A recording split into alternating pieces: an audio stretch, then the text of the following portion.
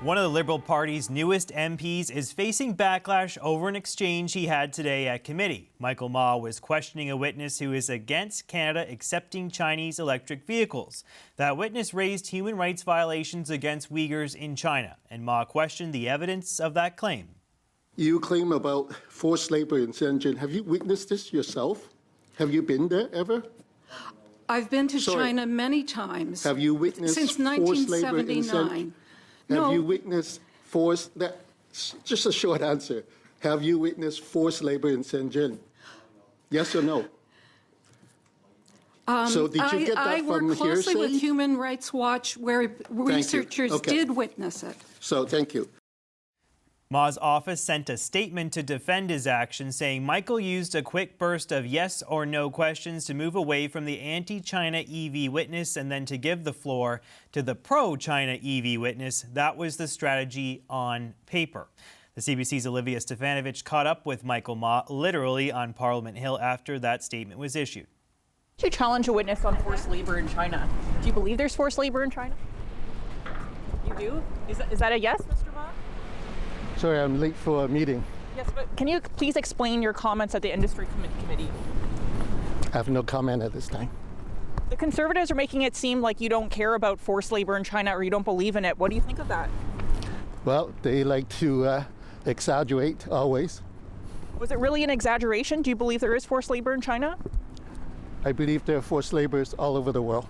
What about China specifically? Well, all over the world. But China specifically? Sorry, I need to run. And that's the first topic for our Reporter Roundtable. Bob Fife is the Ottawa Bureau Chief for the Globe and Mail. Mia Rabson is Deputy Parliamentary Bureau Chief at the Canadian Press. And JD Bellavance is the Parliamentary Bureau Chief for La Presse. Okay, I'm going to start with you, Bob, because I know you've written a lot about China.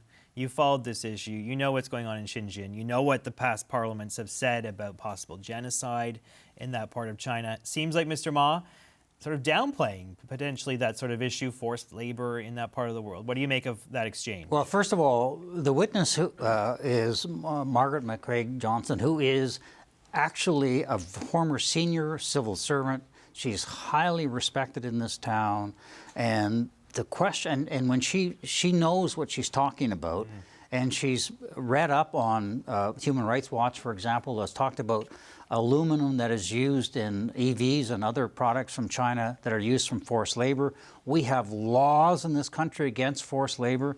This man seemed to be parroting the line of the Chinese government, and we're waiting now for a clarification, which will be with the Prime Minister's office's gun to his head, and I'm assuming it's going to be, well, we do, you know, I didn't mean the way it came across, and I suspect we will not be hearing very much from Michael Ma until the next election campaign, but it's not a joking matter either. Forced labor, particularly amongst Uyghurs, has been well documented. The G7 countries have acknowledged it, and for a sitting member of Parliament to somehow suggest that this is not serious and that the witness is making this up, frankly, is appalling. Yeah, I mean, JD, there was this report by the Subcommittee on International Human Rights in the last Parliament. They found Uyghurs were forced to perform slave labor. They were in camps. Uyghurs were psychologically, physically, and sexually abused and subjected to forced assimilation, indoctrination into the dominant Chinese culture, forced sterilization of Uyghur women and girls, pushed to have abortions. I mean, this is our own parliament. And then there was, of course, a motion in the last parliament, too, or maybe the parliament before. I'm losing track. But recently enough, where they condemned potential genocide in China. I mean, this has been litigated. Unanimously voted. This was well litigated, right? We have been studying this issue in Xinjiang for a long time. And now we hear Michael Ma, after, 6 weeks post a trip with the Prime Minister to China on that EV deal, now saying to this witness, are you sure? Are you sure there's forced labor in that part of the world? What you just read, I think it would be good reading for Mr. Ma over the next few weeks. He's got some catching up to do. He's a new MP. He first elected under the Conservative banner, now a Liberal MP, and now this kind of comments, I mean, will not go well with the Prime Minister's office, and we're all expecting that statement, and I'm sure that he will try, as we say in French, try to put back the toothpaste in the tube. Yes. But when it try that, it's not a very safe operation. You mess up a bit, and there will be a little mess left after even that statement. And I suspect that Mr. Carney will be cautious when he travels again, or whenever he goes abroad or in Canada, traveling with new rookies MPs from other camps, because they got to know each other a little bit more before he parades them like a trophy, like he did in China, bringing him along. So I don't think that's going to come again. Although, while Mr. Carney was in Nova Scotia today, in Halifax, he took the time to go and visit Chris d'Entremont's riding, just to show that he's happy that he's the new Liberal MP from that riding. But clearly, there is some patching up to do. Mia? I think the problem for the government on this is that the Prime Minister and the government are already being accused of turning a blind eye to some of the concerns in human rights and accusations for the Chinese government in order to expand the economic ties and bring in potentially electric vehicles. To have one of your own MPs trying to shut down a witness who is raising concerns that potentially those electric vehicles are made with the slave labor that has been outed in so many reports. I think that's a big problem for the government. It's already something they've struggled to defend.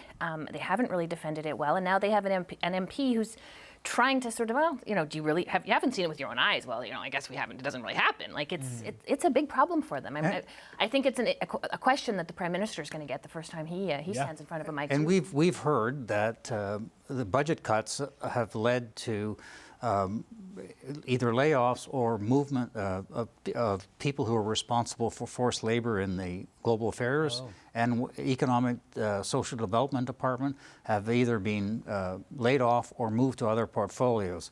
We have very strong forced labor laws in this country, but if you don't have anybody to enforce it, and this has all happened under Mark Carney's watch, and people are saying, look, he seems to be more interested, and it's important that we diversify our trade, and it's important that we focus on the economy, but we also have to stand up for human rights. And when you have an MP like that dismissing what is well acknowledged that China does this, raises more questions about is the Prime Minister really serious about human rights in this country? Yeah. We also could run into problems with the Americans on this, because they have demands that you can prove that there is no forced labor used. And so now they've opened up a whole new can of worms with the Americans, who are looking for any opportunity to come after Canada. So there's a whole whack of problems that have been opened with this. JD, as Bob mentioned, there's another statement coming, but we got this kind of cryptic statement from his office earlier, just saying it's a common CPC tactic of asking very short yes or no questions to a witness in order to control the flow of dialogue. Like, I think they were thinking that we were maybe taking issue or asking questions about his short questions, but it really wasn't about it wasn't about how short the questions were. It was about the questions that he was asking and sort of downplaying the possibility of forced labor in this part of the world. I mean, this just shows you this is maybe a guy who's not used to the heat, right? He's not used to the spotlight. He was a backbencher with the Conservatives. We haven't heard much from him since he crossed the floor. It's tough when you're an MP like this, when all of a sudden you're in the glare, right? Yeah, and the Liberals wanted to put him in the glare. Like, I remind you again that the Prime Minister took him to the trip to China, and when he crossed the floor in December, we did not know who Michael Ma was until he crossed the floor, and we had to look it up. Who's Michael Ma? Who we got elected in the last election? What did he receive? And so now we know him, but for the wrong reasons, for the not good reasons. And I'm sure that the Prime Minister will have a little chit chat, or somebody in the Prime Minister's office will have a good chit chat with him to say that next time you speak, make sure you speak what the government's line is. Bob, final word to you on this one. I have a final word. I got a text message from JD's boss at home, and she says it's his birthday today. Oh, is it really? Well, it is. Good segue. And he's speechless. Forced labor to birthday celebrations. I believe you're blushing.